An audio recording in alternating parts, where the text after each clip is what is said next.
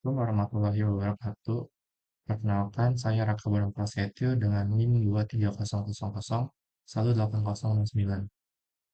Slot Senin 07.00 sampai 08.30. Di sini saya akan mempresentasikan hasil responsi saya.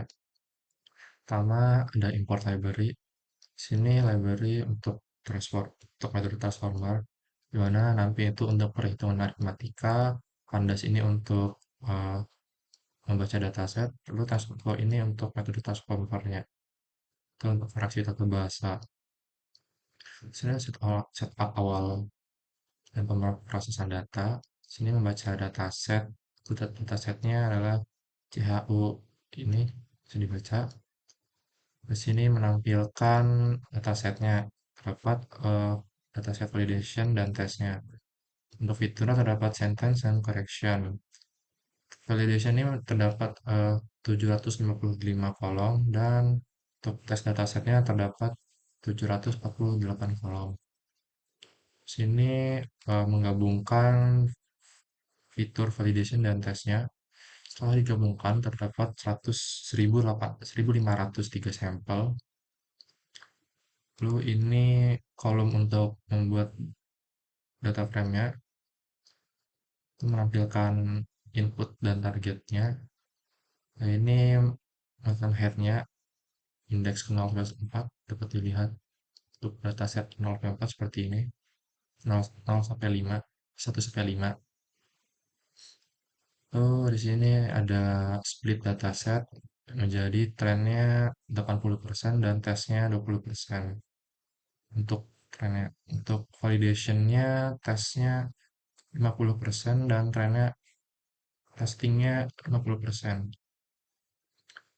Dapat ditampilkan seperti ini, outputnya training sebanyak 1202 data, itu untuk validationnya ada 150 dan testingnya 115. Ini membuat optimization menampilkan fitur target, lalu ini menampilkan tokenization-nya.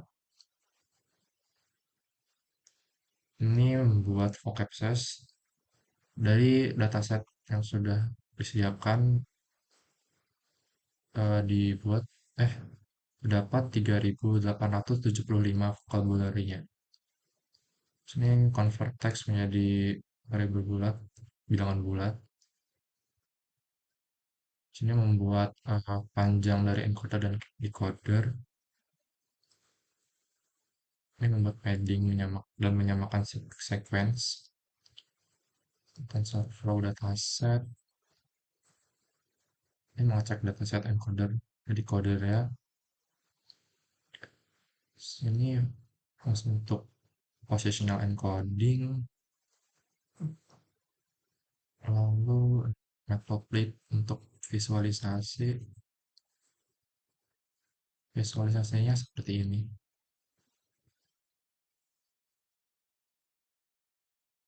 Gambarnya dimensi 0 sampai dimensi 4.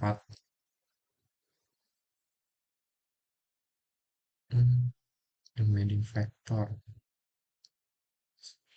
Untuk hyperparameternya di sini saya mengisi kandungan 3, di modelnya 128, 6 headnya 4, bed size-nya 32, sequel length-nya 10, DFF-nya 512, dan dropout-nya 0,2. Multi-head attention, self-attention, dan attention score. Visualisasinya seperti ini.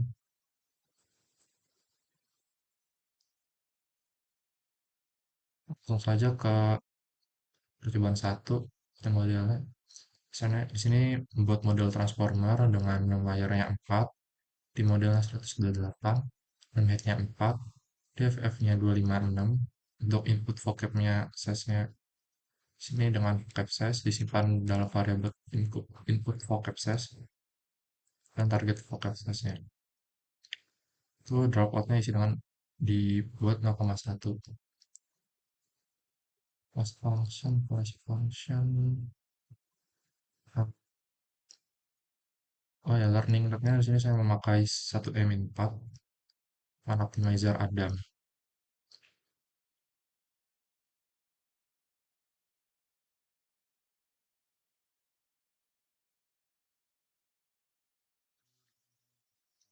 Quotes 60, multi model sebanyak 60 kali dan mendapatkan akurasi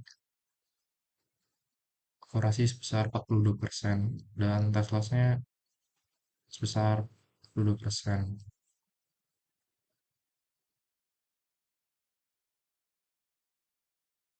Untuk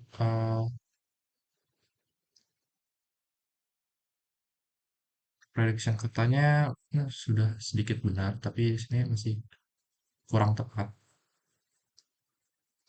karena akurasi pada model di atas menunjukkan akurasi 42%. Ini termasuk jelek. Untuk bagusnya tuh di atas 80%. Itu percobaan 2 membuat model transformer dengan 6 layarnya 4 di model 256, 6 beta 8, di FF-nya 512, dan dropout-nya 0,15.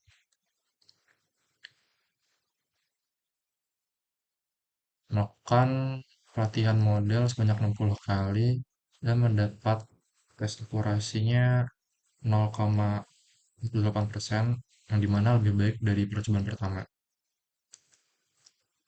Untuk prediction-nya lebih baik dari percobaan pertama,